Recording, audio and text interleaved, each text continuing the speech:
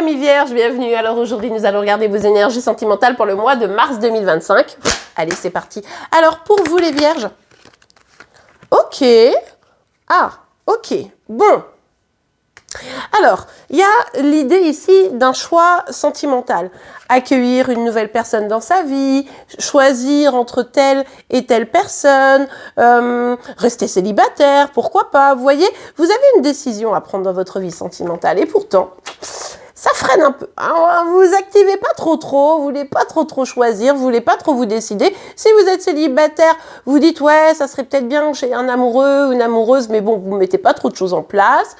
Si vous devez choisir entre deux personnes, bon, ben voilà, on a le temps. Vous voyez un peu l'idée.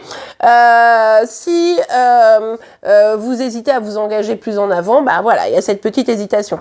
Je vous rappelle qu'on est sur un guide en général, donc vous ne prenez que ce qui vous parle, vous l'adaptez à votre situation, et les énergies peuvent être inversées entre vous et celles de chéri. Allez, on continue. Pour vous les vierges.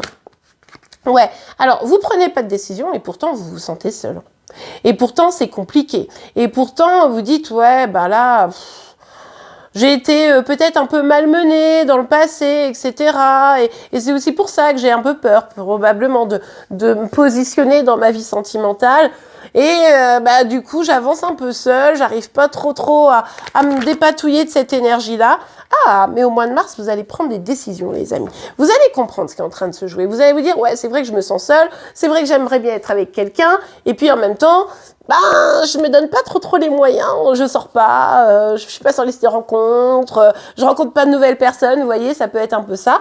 Ça peut être également, je dois choisir, mais bon, du coup, je me donne pas trop les moyens, voilà, et là, vous allez réaliser ça. Vous allez dire, ok, c'est bon.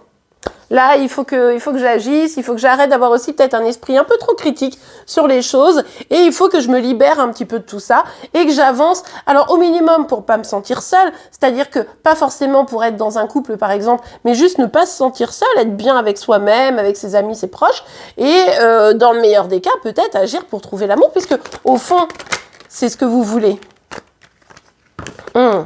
Vous comprenez très probablement que ce qui a été compliqué, c'est une ancienne rupture. C'est-à-dire que pourquoi est-ce que c'est difficile aujourd'hui de vous positionner et d'aller vers réellement l'amour?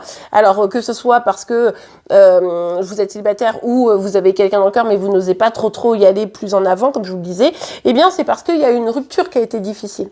Il y a une rupture qui a été extrêmement difficile et maintenant, ben... Oui, vous voulez l'amour, mais vous avez tellement peur des conséquences. Ouais, les conséquences. Oh, pardon, j'ai bougé la caméra. Ah, bah, et puis alors 2 fois, hein, c'est-à-dire que là, si j'ai pas compris le premier coup, pardon.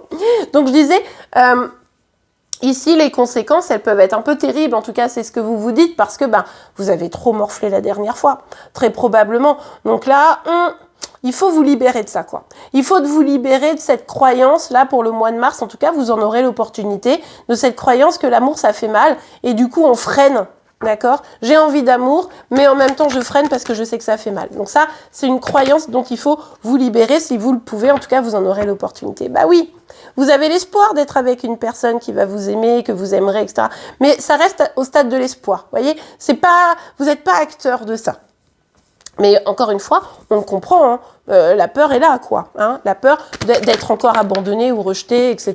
Bon, c'est pas forcément évident. Il va falloir ici comprendre que peut-être, en fait, en face, vous aviez quelqu'un qui n'était pas mature, qui n'était pas forcément prêt à donner autant que ce que vous étiez prête à donner. Donc forcément, ça n'aide pas. Mais là, il va falloir se recentrer sur soi. C'est-à-dire que plutôt que de regarder votre passé et les blessures que une rupture a pu vous procurer, eh bien, c'est comment je regarde à l'intérieur de moi, comment je m'écoute et comment je vais identifier mes réels besoins. Et en identifiant mes réels besoins, comment je comprends aussi ce qui s'est passé dans mon passé pour pas renouveler les erreurs. Parce que si je ne renouvelle pas les erreurs, je prends moins de risques de souffrir. Alors évidemment, quand on tombe amoureux, on devient vulnérable. Quand on devient vulnérable, ben on met un peu notre cœur entre les mains de l'autre et c'est vrai que ça peut faire mal. Mais n'empêche que en sortant de certains écueils sur le choix qu'on peut faire, sur le fait de fermer les yeux par rapport à des gros red flags, des choses comme ça, eh bien, en mettant le doigt là-dessus, on se comprend mieux, on comprend mieux ce qui nous a guidé vers une fin compliquée avec quelqu'un, et du coup, on peut revenir à soi et choisir dans de meilleures conditions. Vous voyez, c'est un peu ça l'idée. Ben oui, là vraiment, le mois de mars, les amis, c'est vous qui décidez, hein, je vous le rappelle quand même, mais n'empêche que vous avez l'opportunité de dire stop. Vous avez l'opportunité de dire, ok, je mets vraiment derrière moi toutes ces peines, toutes ces blessures, tout ce poids de la rupture douloureuse que j'ai vécue, que j'ai pas forcément souhaité au demeurant, et j'accepte de faire confiance en la vie, et j'accepte de revenir davantage à l'instant présent. C'est à vous de décider là, vous voyez? Mais vous en avez l'opportunité, donc ça, c'est plutôt chouette. Ok, avec la carte de l'impératrice, vous avez, enfin renversé ici, vous avez quand même vraiment perdu confiance en vous. Je pense que vous vous dites, ouais, mais du coup, pour une relation, pour construire une relation, est-ce que j'en serai capable? Est-ce que je peux réellement? Est-ce que je vais trouver la bonne personne? Est-ce que je suis assez bien? Pour certains, certaines, ça peut aller jusque-là, vous voyez? Mais là, on est carrément sur un peu d'auto-sabotage. Évidemment que vous êtes bien. Il faut revenir à l'impératrice droite, les amis. Faut pas se dire que là, il y a certains d'entre vous, pas tous évidemment, ou toutes, mais il y a certains et certaines personnes entre vous qui vont se dire, bah de toute façon, j'ai pas de chance en amour, de toute façon, quand j'ai envie d'amour, ben on ne choisit pas, ou alors au final, on n'est pas, comment dire, j'arrive pas à aller vers une belle relation, etc. Ça, c'est aussi la petite musique que vous répétez. Et du coup, ben, c'est ce qui fait que vous n'allez pas réellement chercher l'amour et pas forcément réellement comprendre en vous vos besoins. Vous voyez ? Quelles sont vos limites? Quels sont vos besoins? Quelles sont vos valeurs? C'est hyper important d'être au clair là-dessus pour pas retomber dans certains schémas, mais ça n'a pas de rapport avec vous, avec la personne que vous êtes. C'est hyper important de comprendre ça. Vous êtes incroyable, vous êtes au top, il n'y a aucun souci là-dessus. Maintenant, c'est comment je sais quel genre de personne ou situation me conviennent, tout simplement. Ok, allez, on va regarder un petit message, un petit conseil pour vous les vierges. Alors, pour vous, amis vierges, ok. Traiter les problèmes familiaux, elle sort souvent cette carte, les amis.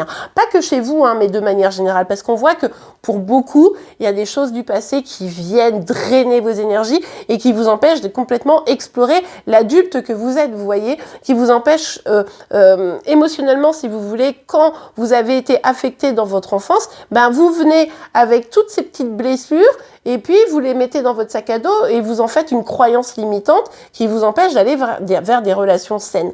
Et ça peut être intéressant pour vous d'aller vraiment le régler. Alors pour certains, vous avez déjà mis le doigt dessus, mais est-ce que c'est réellement passé? Vous voyez? Regardez, ouais. Là, c'est clair, on me parle de ça. Votre vie amoureuse est influencée par les enfants. Alors, pour certains, certaines, c'est une histoire vous avez des enfants, d'immaturité en face de vous, mais aussi de votre propre enfance. Là, c'est assez net. Et bien voilà, les amis. J'espère qu'en tout cas, vous aurez la force et le courage d'aller regarder un petit peu de ce côté-là. Et si vous l'avez déjà fait, continuez peut-être un peu à creuser si vous êtes reconnu dans la guidance générale ici. Et bien voilà, les amis. J'espère que cette guidance vous aura plu et aidé. Si c'est le cas, n'oubliez pas de la liker. Vous pouvez évidemment vous abonner pour être informé tous les jours de vos énergies sentimentales, de celles de Chérie, mais également de vos signes astro. En attendant, je vous souhaite une excellente journée, un beau mois de mars et je vous dis à demain. Au revoir.